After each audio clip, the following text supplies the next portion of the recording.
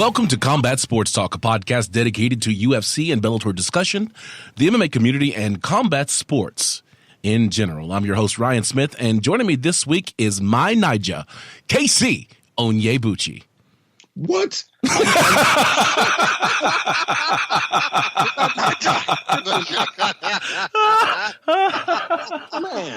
I mean, it's not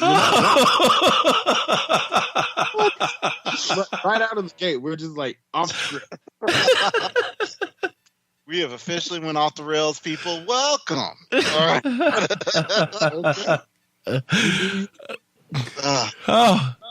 Oh my goodness! This nowhere.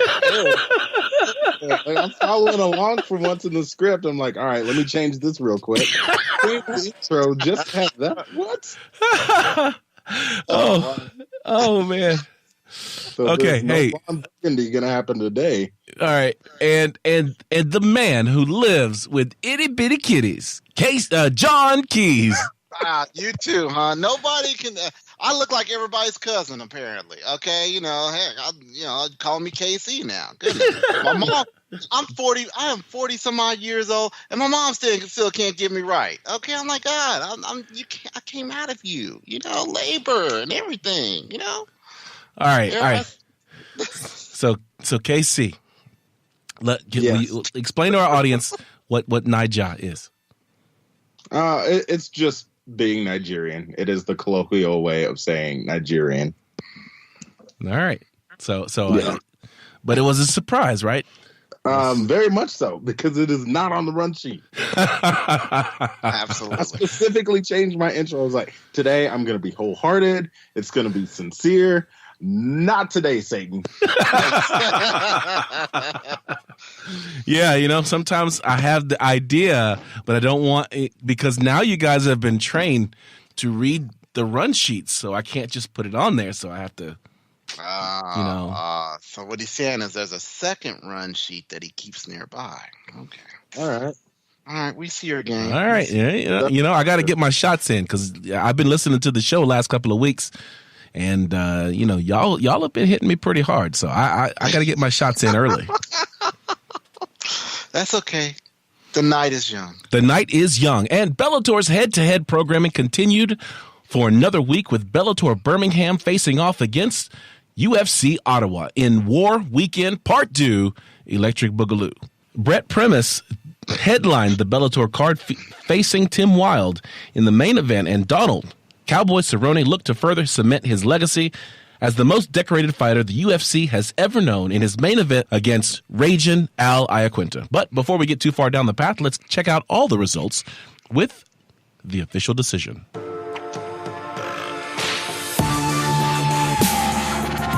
The official decision.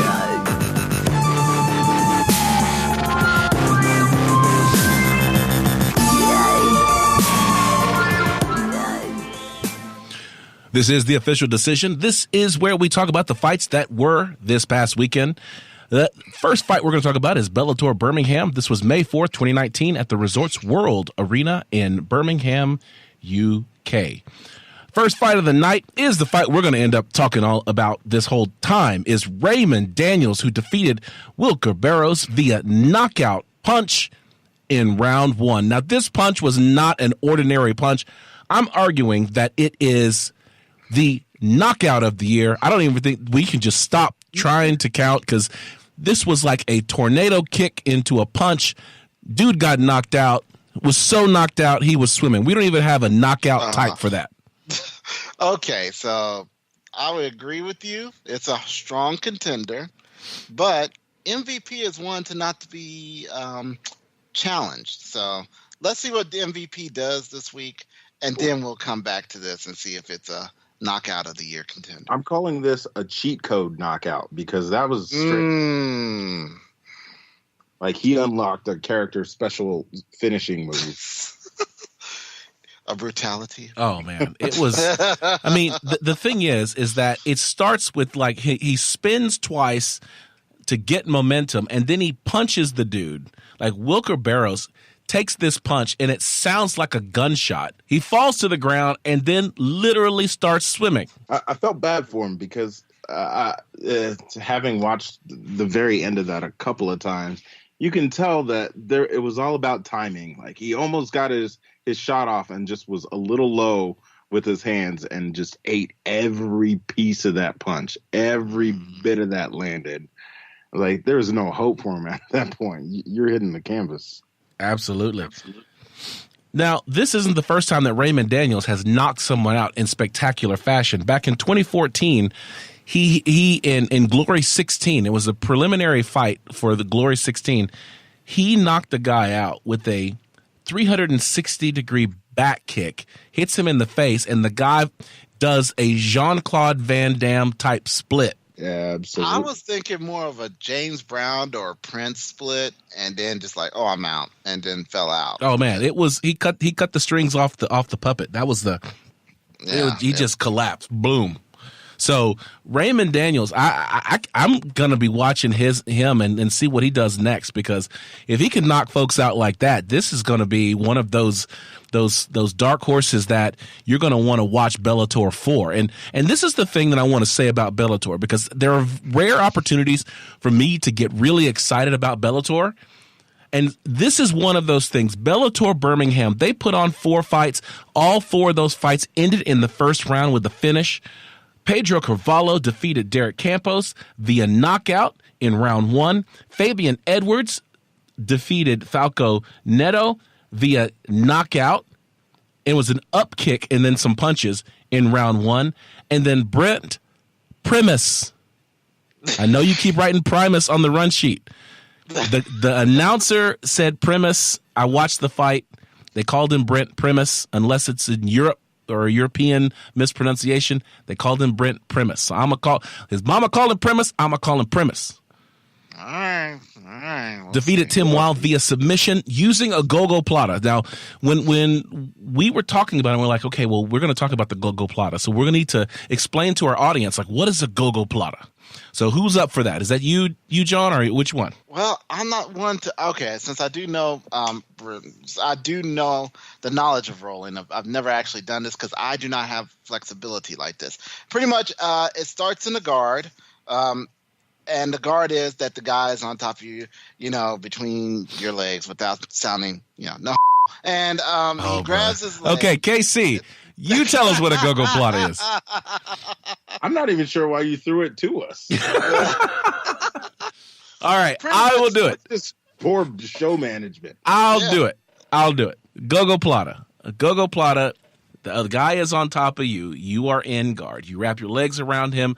You bring one of your legs. In this case, it was your left leg. He brought it all the way up to the back of the guy's neck. That is called rubber guard. So you're trying to break the posture of the person on top of you, because what they want to do is they want to arch their back to give themselves some space to be able to throw big punches or elbows at your head. So to do that, you can use your hands to pull their head down to break their posture, keep them close to your chest, or you can do what's called rubber guard and bring one of your legs up and hold them down with the back from the back of their head with your leg. Now, if you're able to get your foot past their head and now your leg is between them and your body, you can pull their head down to your leg, and that leg is underneath their neck, and you can submit them with a choke as you're pulling their head down across your shin where their neck is, and that is the go-go plata. And that is what Brent Primus landed on Tim Wilde to win in the first round of the main event of Bellator Birmingham. And now for the people that heard that, please understand that this requires a flexibility that is almost unnatural. Okay, you have to be extremely flexible in this, because the potential of cramps and muscle strains and all that bad stuff that you wake up to every morning when you're over the age of 40, that will happen in this maneuver. Okay, so forewarned is fair warned. All right, so if you're taking notes out there, what you want to do is you want to Google the Raymond Daniels knockout, and you want to Google the Brent Primus, and that's spelled Primus, Primus, submission. Those are the two things you want to check out if you're following along. Let's go into UFC Fight Night on ESPN 8. Donald Cerrone versus Al Iaquinta, May 4th, 2019 at the Canadian Tire Center in Ottawa, Ontario, Canada. Speaking of Canadian Tire, that is the best place to go and get your poutine. So if you're ever in Ottawa and you go to Canadian Tire, check out the Chip Truck. Andrew Sanchez defeated Marc-Andre Barriault via unanimous decision. Walt Harris defeated Sergey Spivak via first-round TKO. Merab Dvalishvili defeated Brad Katona via unanimous decision. Shane Burgos defeated Cub Swanson via split decision. Derek Brunson defeated Elias Theodoro, the Spartan, via unanimous decision. And in the main event of the evening, Donald Cowboy Cerrone put on a show, defeating Al Iaquinta via unanimous decision. I have to eat a little bit of this. Mm-hmm. Put some boudin on that. I was on the Al Iaquinta train, but I mean, even Cowboy looked a little bit emaciated too. I mean, this dude looked skinnier than skinny. His weigh-in was it was amazing to see. Like, you start to wonder, should he be fighting at that weight class? Because he looked like a dead man walking. Yeah, he did. We've seen him fight at welterweight, and he looks great. But, dropping down to that, no, man. I think he should stick to being at the welterweight level and just leave it be. Do dad Cowboy Cerrone at the welterweight level and just beat people up there. Mm-mm. I mean, that's my opinion. No, he's 3-0. He's 3-0, by the way. Yeah, so. He's 3-0 since becoming a dad, but the welterweight's too big for him. I mean, this is the right spot. He needs to be at 155. The welterweights are way too big. So, and he put on a show against Al Iaquinta. I mean, if you think about it, Al Iaquinta went toe-to-toe with Khabib Nurmagomedov and, lasted 5 rounds with him. And as he stepped in against Cowboy Cerrone, I figured that lasting 5 rounds with Khabib Nurmagomedov, which is something Conor McGregor couldn't do, that he was going to do a lot better against Cowboy Cerrone, but it was not to be. Cowboy Cerrone had an answer for everything, and even though it seemed as Al was landing some big shots, Cowboy just walked through them. So when you land, I mean, when you're landing the best shots you can throw, and they're landing solid, and the guy just walks through you, there is nothing else you can do. I felt bad for Al Iaquinta. It was like trying to fight the Terminator in there. It was like when Daenerys tried to set the Night King on fire, and he just smiled back at her. Like, what you got? Yeah, this is true. That's an accurate representation. For those of you who are Game of Thrones followers, go back and check Season 8, Episode 3. Check that part. Freaking Al Iaquinta was like, Dracarys, and it was like, Cowboy's like, what? When Cowboy Cerrone is fighting at welterweight, not nearly as good. So I like him back at 155. We'll see what happens. We're going to be talking about him a little bit later in the show. All right, let's go ahead and close the book on this one and put it on the shelf because these cards are history. Let's go to our segment where we look at the fights and the headlines that are making waves in the UFC with Finding the Angles.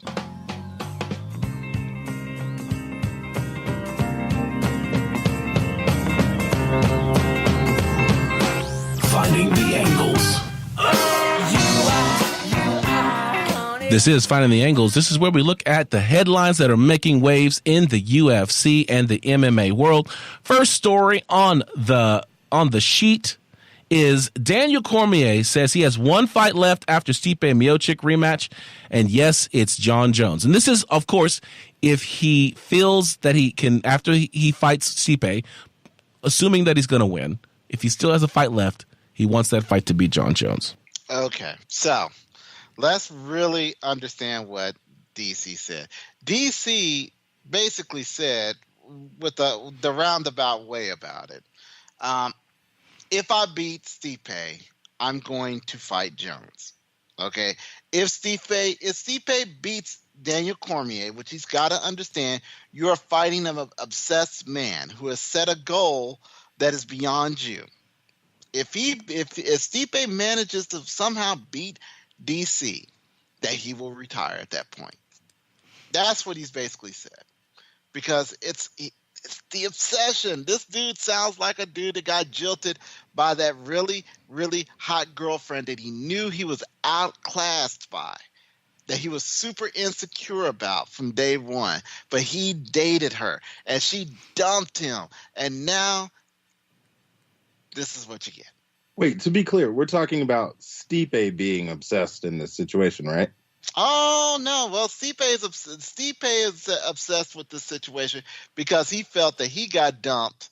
So let's do this. Okay, Stipe got dumped by DC. So Stipe sat there and waited. Meanwhile, DC is going after Jon Jones because 2 times before he just couldn't beat him. So yeah, it's a jilted love triangle. I mean, cue up the 80s music. I mean, this is it right here. Any Sweet 16 Candles, any Molly Ringwald movie, this is it right here. This is John Hughes. John Hughes, there you go, even better. So yeah, I mean, this is the thing is, personally, I think this whole thing is kind of dumb. I'm just gonna put it out there. Stipe shouldn't be fighting Daniel Cormier again. There's no reason why Stipe should have got an instant rematch. Like Stipe got beat in the first round. He got knocked out in the first round. He didn't get caught. This wasn't like, something like when Cyborg lost to Amanda Nunes. This was, they were able to fight. He got him in the clinch, caught him with an uppercut, knocked him down, and then finished him, on the ground and pound. That showed the dominance that DC had. I'm sorry, you don't need to get another rematch on that. Let him fight someone else. Let him fight, I don't know, someone else. I don't know who else, but not Stipe. Yeah, exactly. But so that's the thing. There's nobody that's earned that challenge. But Stipe just lost that fight. So what is it that Stipe has done to earn the rematch? Not a dang thing. He just sat there and complained. Yeah, sat there and held his breath until he turned blue. Yes. So I'm super disappointed that the UFC felt like that was the better fight rather than put DC in the ring with someone else. I hope that Stipe does better. I don't think he will because he's a boxer and he's fighting an Olympic wrestler. But we'll see. They say styles make fights. I don't see how this is going to be any different. It's just going to be longer. That's all I see. And then the Jon Jones fight. Jon Jones has beat him twice. I mean, come on. Do we really need to see this again? Jon Jones has an 84-inch reach. The guy can beat you on the ground. He can beat you with his hands. And he's shown that he's been able to pick Daniel Cormier's game apart and understand his weaknesses and then exploit them. And he's got picograms. So what is it? I'm just looking at the card here. Why is it that we think that the outcome is going to be different? They say that doing the same thing and expecting a different result is the definition of insanity. And as much as I love Daniel Cormier is insane if he thinks that this is going to work out any differently. And I this is one where I will gladly eat crow if he can prove me wrong. But I'm looking at him with the side eye. And as you should. Okay. Like I said, this is an obsession. Okay. Jon Jones has actually replied to this, and he's like, basically, to paraphrase, give me a break. Okay. I've already beat you twice. Not going down this route again. But he says that because he's the 205 champ. Now, and Cormier said that he will go to 205 to beat him. Now, I put dollar to donuts that if Cormier says, I will put this heavyweight belt on the line for Jon Jones would have signed that dotted line before Ariel Helwani got through interviewing him. Yep. 100%. No, do you think so? Because I think yes. What does Jon Jones want with the heavyweight belt? He'd not about the heavyweight anyway, so why not? Because it's not about the belt. It's not about the belt. He's going to go beat Cormier. He's not worried. It don't matter what belt. He could have the ECW belt. He could have the WWE belt. He could have the belt from JCPenney's. He is wanting to beat DC. It is not about the belt, people. Do not ever confuse it about the belt. It is about DC. Wait. It solidifies the legacy. Wait, but that doesn't make any sense to me. I'm sorry, Casey, for cutting you off. It doesn't make any sense to me because you just said that if DC would have said that he was going to put up the heavyweight belt, then Jon Jones would have signed it before Ariel Helwani finished interviewing him. So why then would he do that? Because he's taking something from DC. So it's about DC the belt. Covets. It's about DC. He wants to humiliate DC. He wants to humiliate that man, and he knows that DC is willing to put everything on the line. It's a goading trap. Okay, this is a goad. He's goading him, and he's going to tell him no to come down to 205. But DC will eventually sit there and say, you know what? I'll put the heavyweight belt. Just give me Jon Jones, and Jon Jones will say yes.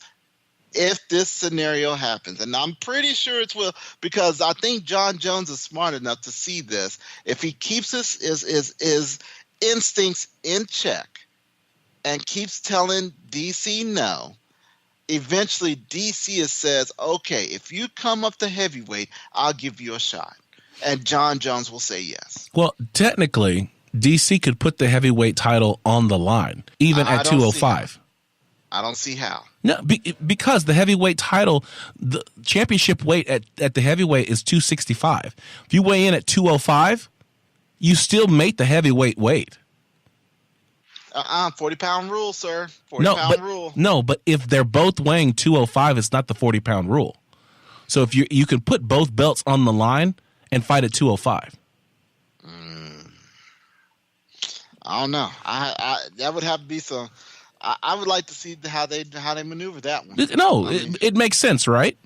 It makes sense, but because heavyweight only has a maximum weight, and that's 265. If you weigh below the maximum weight and you're fighting at heavyweight, then you qualify. I mean, technically, if you fight at 206, you're fighting at heavyweight. Now, okay, so ladies and gentlemen, I don't know if y'all know about the 40-pound rule. The 40-pound rule is when, in certain states, I think, and the New York Athletic Commission actually holds this rule in effect, that if a fighter is more than 40 pounds heavier than, if there's more than a 40-pound difference between two fighters, they will not let them fight. It's called the 40-pound rule. And in this case, while I understand what you're saying, they wouldn't let that happen because Cormier is not going to come in, come in at 205. He's going to come in heavier because he wants that heavyweight advantage. No. That's the point. If he said he's going to fight Jon Jones at 205, that's what he said. He said he would come down and fight Jones at 205. If he weighs 205 to make the 205 light heavyweight championship weight,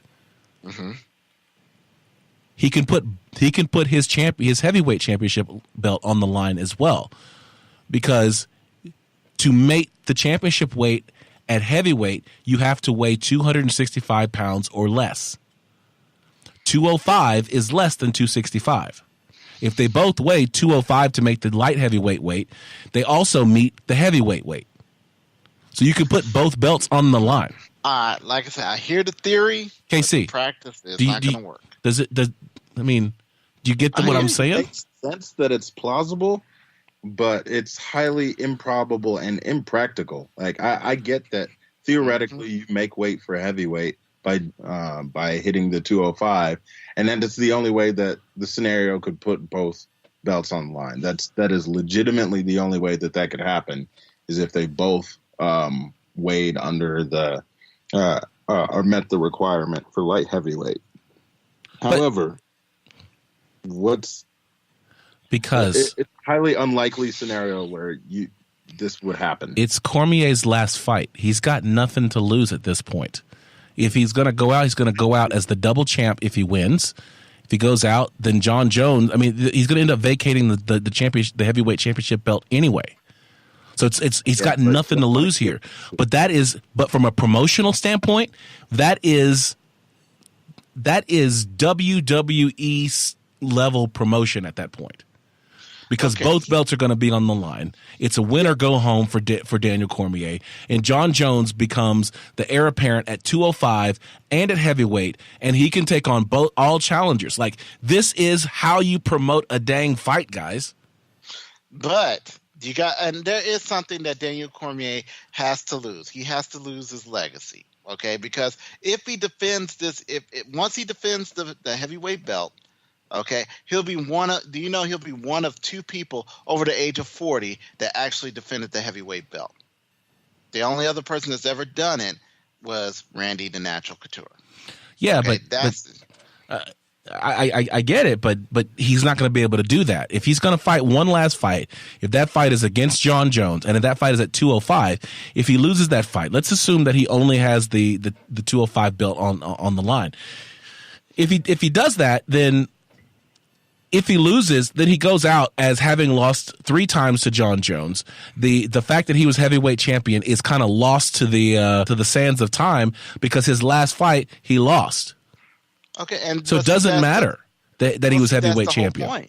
That's the whole point of fighting him in the first place, because he's got to run that back. He's got to have that win over Jon Jones before he retires. Do you know if he loses to Jon Jones for a 3rd time, which unfortunately, unless he changes his game plan completely, it's going to happen. It's almost a win, not a if. He will never be satisfied. He's going to be a miserable person in retirement. Okay, he has to beat Jon Jones. That is the only way that Daniel Cormier. That's what's really going to define Daniel Cormier right there. If he beats Jon Jones or not, because if he doesn't, and I implore anybody to really listen to that conversation that Ariel Helwani had with him. He said that he would be fine, that he's got all this stuff to do after he retires. That was a complete lie. Okay, because if you listen to his voice, he thought he was thinking about what if he loses to Jon Jones again, and it saddened him. Okay, you could hear it in his voice that is not an outcome that he wants. He wants to walk away with a win. He's willing to do whatever it takes. Mark my words, people. All right, but he's got to get through Stipe Miocic first, which he should, but. There's a fighting chance Stipe Miocic wins that fight, even though I don't. It's about as academic that Stipe Miocic wins that fight as it is that Jon Jones loses to Daniel Cormier. All right, speaking of fights that make sense, Conor McGregor versus Donald Cerrone. After Donald Cerrone's dominant win over Al Iaquinta, Dana White is saying that the fight between Conor McGregor and Donald Cerrone makes sense, might actually be able to put that together this summer. He said there's a couple different options out there for him. He was talking about the Cerrone fight at one point. I really don't know, but that fight makes sense. So I actually want to see that fight. I think that that's going to be great promotion when you bring Conor McGregor back. You got someone like Donald Cowboy Cerrone he's really good on the mic. He's got something to fight for. He's got a legacy, and I want to see the battle of the beards. I think as a fan, it makes sense, and it'll be a great fight. But as someone who wants the sport of MMA to advance and knows that as much as I hate it, it needs a big star like Conor. This isn't a great matchup for Conor because Cerrone does have this tool set to dismantle him. Conor needs an easier tune-up fight that still matters, right? Something that will still get fans' attention, but realistically, he's not going to be in a ton of danger. And unfortunately, this matchup does put Conor at risk. So are you saying that maybe an Al Iaquinta fight would probably be a better tune-up fight for Conor? I think so. I can't think of a better person off the top of my head right now, but yeah, like you need Conor to still be your star. You absolutely do, because they've done a terrible job of finding a star in absentia. So you need to be able to build him back up. And if he takes a loss against Cerrone, he's got to call it quits. There's no more upside to him. Yeah. The other person I could think of that I would want to see that fight is you bring Max Holloway back at 155.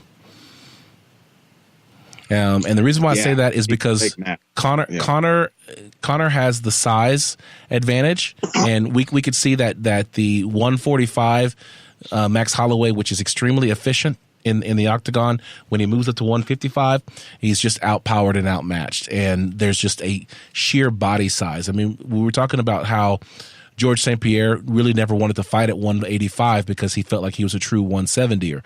I think that Max Holloway is probably, I mean, I've seen him bigger than 145, but he seems to be well made for that weight class. So I could see you could get a big fight in the rematch between Max Holloway and Conor McGregor, and that would be one that I would favor Conor McGregor in. I like the Al Iaquinta one as a tune-up fight. Donald Cerrone definitely represents a challenge for Conor, and I agree that his star will have lost a lot of luster if he gets defeated there, because basically the fight that he wants is the rematch versus Khabib, and Khabib says you got to get a W first. I would hate to see that Conor would have to get two, maybe three fights before he finds that W and gets another fight with Khabib Nurmagomedov. Yep. UFC veteran Anthony Johnson arrested for alleged domestic violence. You know, it makes me sad when I read these headlines because, you know, anytime you get an MMA fighter arrested for alleged domestic violence, it puts a bad, you know, a black eye on the sport, even if they are no longer fighting in the UFC.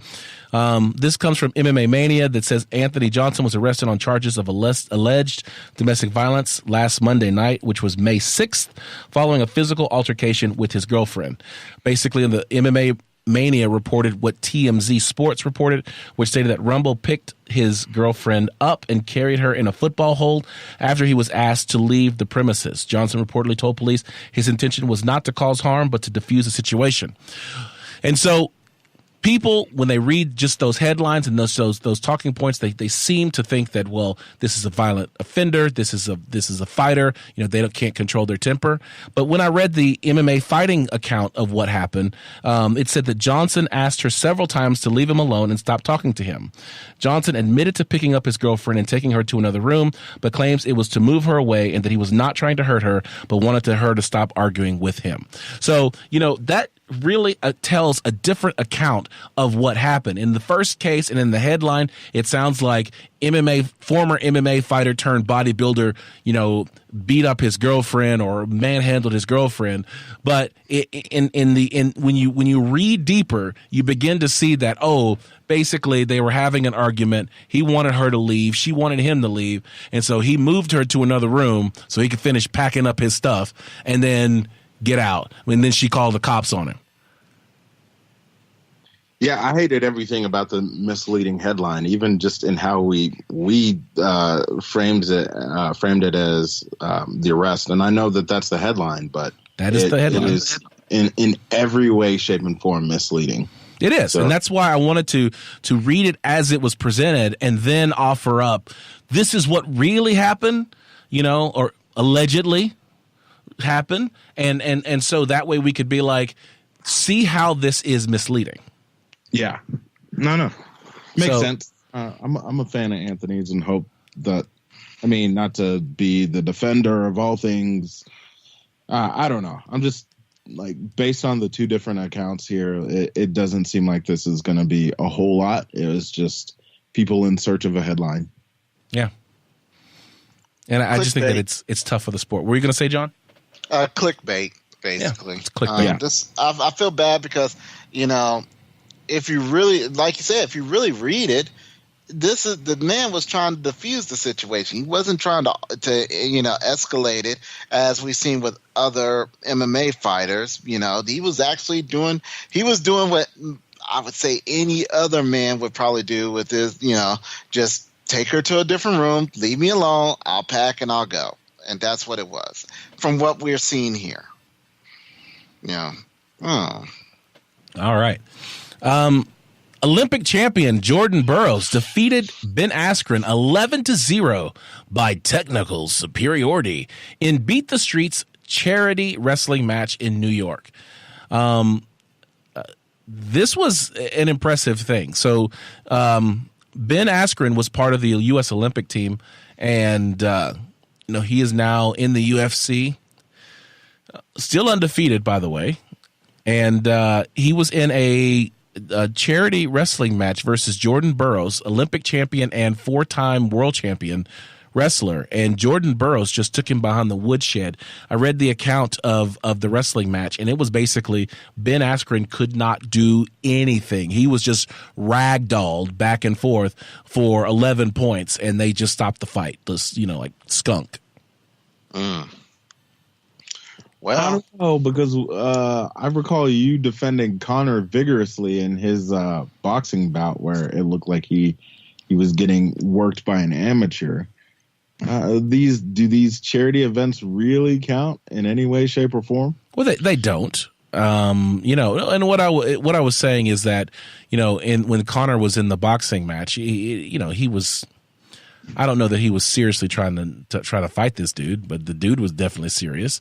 Maybe Jordan Burroughs was going harder than Ben Askren was, but they definitely did a lot of trash talk in the media and in social media, and maybe they were just playing it up for the fans. But you never want to get skunked 11-0. Come on, bro. Can you score one? Fair. So anyway, I just thought it was interesting. Kamaru Usman was pretty pleased with the outcome, talking smack to Ben Askren after the outcome of that fight. Oh man, I wish I would have seen that, because there's a lot of bad blood there, and I'm excited for those two to eventually match up. Absolutely, I think they will. If Kamaru Usman gets through Colby Covington, which I fully expect him to, and Ben Askren beats Jorge Masvidal, I think that's a perfect time to have that match between Ben Askren and Kamaru Usman. Though I'm not a fan of Ben already having a title shot, I do want that fight to happen. I mean, he started fighting the number 5 dude and now he's fighting Jorge Masvidal, who is legitimately if not in the top 5, he's in the top 10. Those are two big fights. Why wouldn't he? I mean, who is he going to fight? Fair. So anyway, that's it for Finding the Angles. Let's get into the fight card.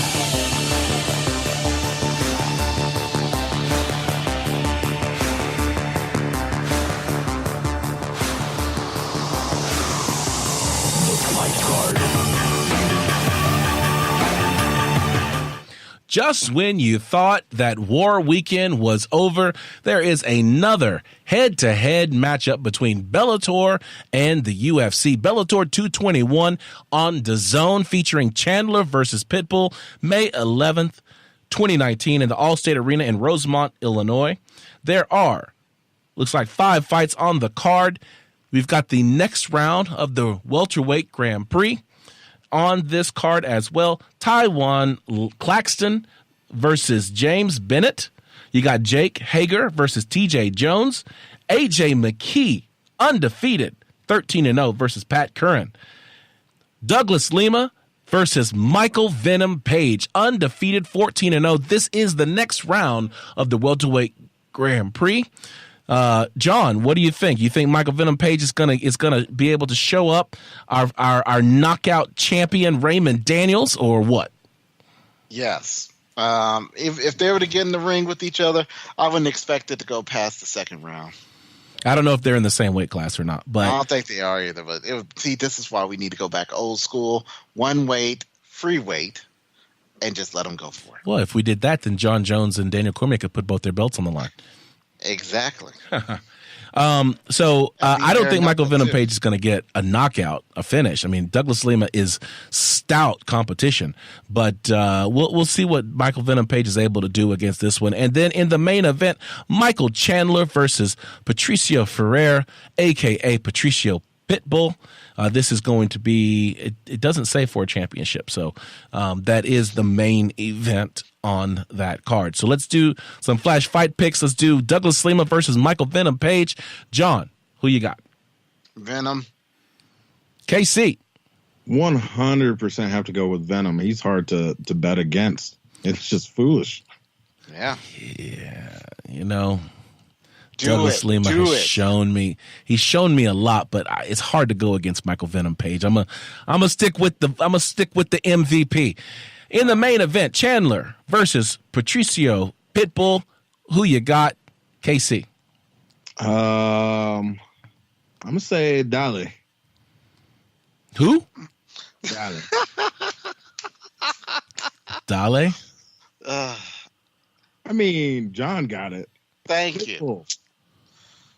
All day. All day, every day. Wait. Only on days that end in Y. Wait, what?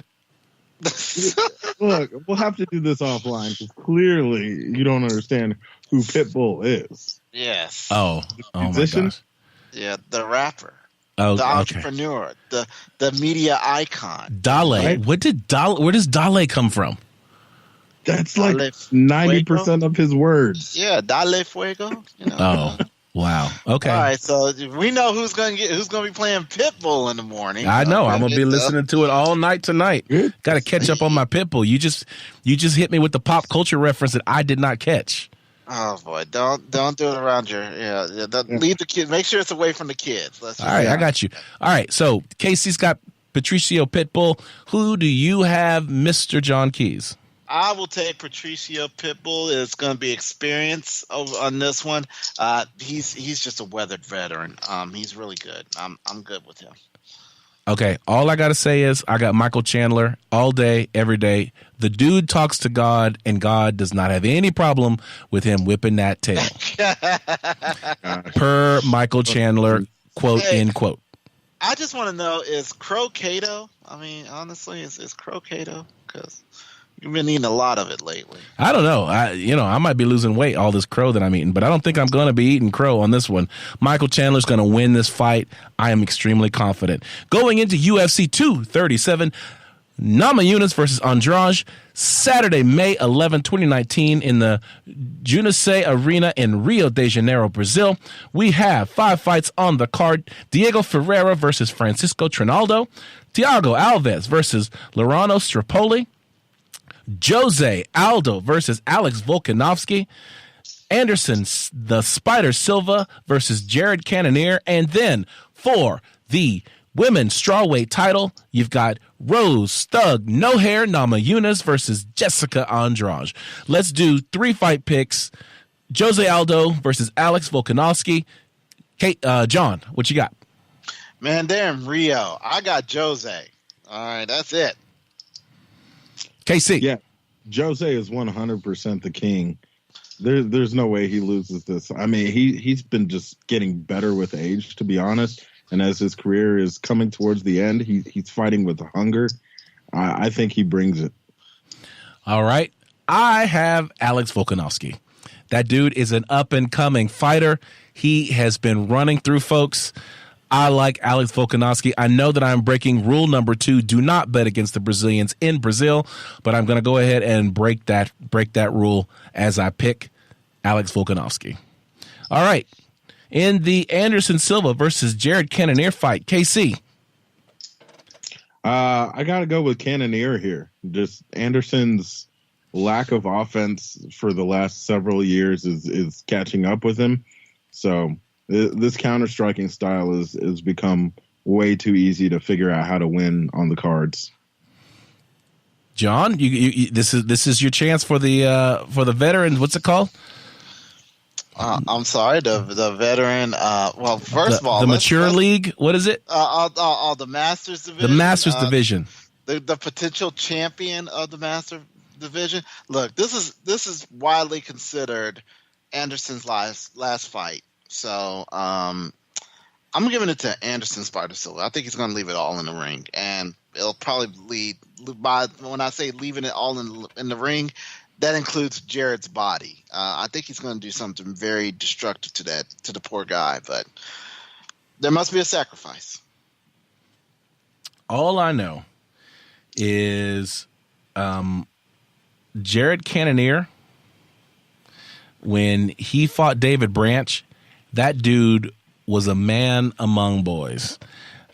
He just blew David Branch up. Now, I'm not saying that Anderson Silva is David Branch, but he's going to look like it. I don't know about that one.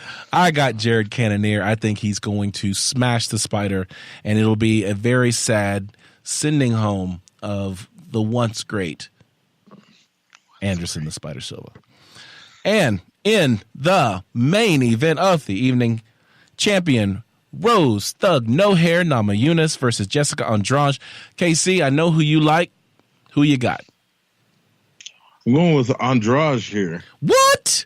I know you think I was going to go with Rose here, but just realistically, the pressure that Andrade brings it's intense. She's fighting with a lot more power than I think JJ was fighting with, and kind of I don't know.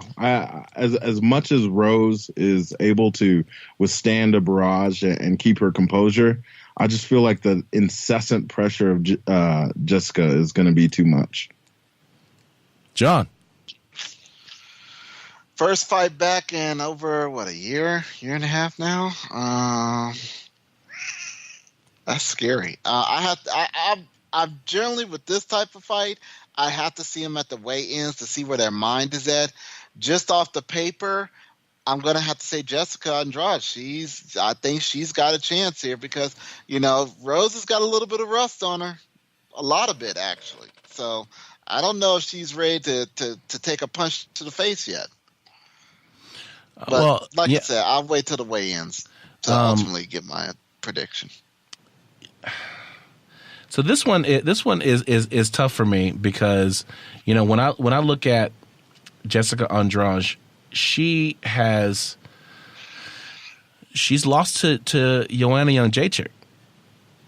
Mm-hmm. And so what is it that Joanna Jędrzejczyk brings that Rose doesn't bring? I mean, when you put Joanna Jędrzejczyk and Rose Namajunas, that second fight was pretty close, could have gone either way.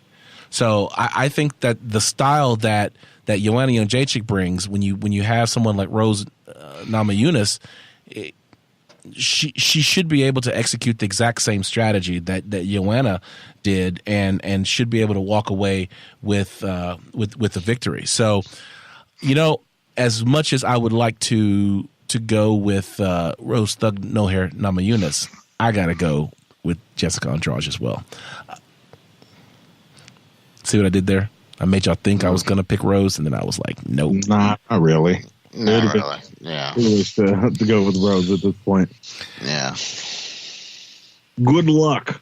All right. Yeah. All right. So, follow us on social media. On Twitter, I'm at CST Ryan. I am at something. I don't know. I don't use Twitter. I was waiting for John, because John uses Twitter. Oh. Yes, I'm at Keys to Victory. With an ES. With an ES. On Instagram, I am at Combat Sports Talk. And I am at Push Pull Pray. Is that the one where you sing? No, that would be Obfuscated. Is that the one where you're looking at all the scenery in Colorado? No, that would be Unfettered Joy. Wait, is that the one where you have like the dinners and you talk? No, that's Purposeful Dinners. There's also a secret account if you guys need me to troll somebody. I do have my Finstagram. Oh, wow. and John is what's your Instagram? Same thing, Keys to Victory. I'm still working on it. I'm still working on it. I'm trying to get everything right. So if I post to one, it posts to all. So all right. If you're there for all my 2 followers, thank you for being patient. There you go. There you go. We have merchandise, but check us out on our website, www.combatsportstalk.com, for all your merchandising needs.